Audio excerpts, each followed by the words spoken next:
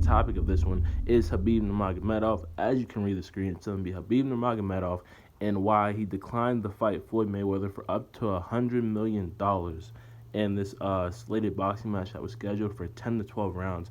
But before I get into that, and before I get into all the juicy bits and what I think about everything going forward, I want to give you guys a reminder to please like the video, share the video, and subscribe to the channel. It really does help a lot the channel's growth and my motivation to make more content, even though I love the sport anyway. I make content for you guys anyway. Just subscribing to the channel, liking the video, just really does, obviously help me do numbers. It helps get the video out there for other people to see. And yeah, more eyes to the sport, more viewership, yada, yada, yada. All y'all know how that works. So please, once again, subscribe to the channel. You don't even got to hit the push notification. Just subscribe, like the video, share it around to your homeboys, homegirls, whatever. And yeah, other than that, let's keep it pushing. So back to the topic of the video, Khabib Nurmagomedov, why he declined to take the fight. And I think that's going to be one of the biggest mistakes of his entire career moving forward.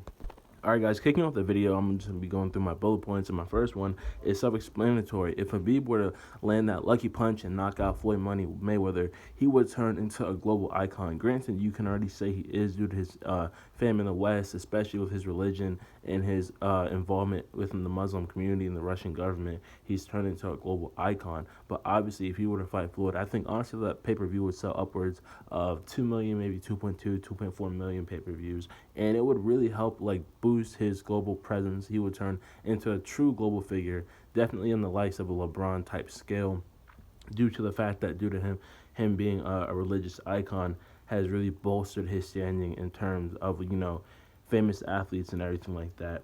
Secondly, we know Khabib does a lot of charity work and he does a lot of community work. So I think that with that 100 million, he would be able to obviously help out his Dagestani peers, and he would just bring a lot of light, and he would bring a spotlight to his own city. And yeah, he would just help them, whether it's building infrastructure or whether it's building homeless centers or new training facilities, because we do know that he's trying to make MMA one of the staples in Dagestan, sort of like how Conor has sort of made MMA sort of like the most trendy sport in Ireland. Khabib's trying to do that in Dagestan with MMA. So I think that would be pretty cool too for him to do there. And obviously he could help out with a bunch of other community outlets and community work projects that he's involved in and that we see him post about, and the others have posted him being involved in too. Thirdly, as we know, Khabib has just recently got his own fighting company called the EFC, and yeah, it's an MMA organization. And I think he offered to have Fedor fight Brock Lesnar or something like that in the inside corporation and everything like that. So I think that with that 100 million, he could also funnel and fumble the bag into that promotion and help it turn it into a semi-regional thing. Because honestly, if we're really being truthful about it, it's non-existent. No one cares about it. No one's giving any thought to it besides the fact that hey, Khabib owns it. Cool, whatever.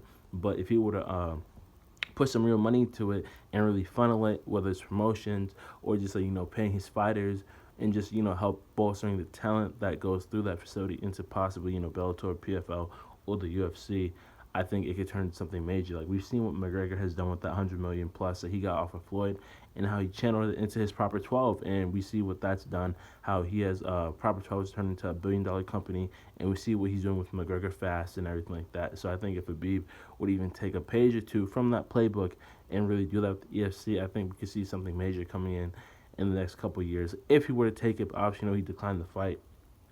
And last but not least, I'm just talking about his spirit as a competitor. We know Khabib has openly said that he fights for legacy and not money. But I do think that if you're a true competitor, you want to test himself and test yourself. And we know Khabib goes to AKA, which is a kickboxing gym. So hopefully, if he's still in the gym, he should be working on his striking with in regards to everything else. And I think, honestly, if he were to take his focus and his drive that he focuses on with his grappling and wrestling, and he just puts it purely to striking, we might see some improvements. And I know what you're going to say, well, he's been fighting for X amount of years and his striking is non-existent, so what makes you think it's going to change? Obviously, MMA and boxing are worlds apart in terms of the focus and positioning and stances and everything like that. I shouldn't have to go over it with you guys. You guys should already know this if you're hardcore to the sport.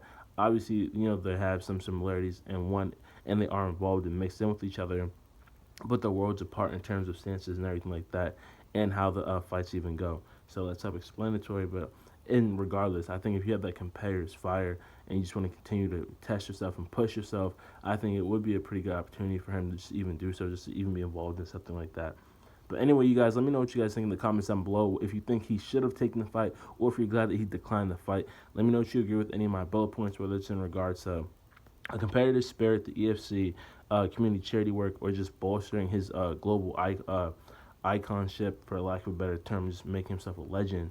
And yeah, just don't forget to comment on the video, subscribe, and share it around with your friends. Once again, like the video, subscribe to the channel, and yeah, share it around with your friends. Let me know other content, other videos you guys want me to make in the future in regards to the UFC and MMA, and I'll catch you on the next one.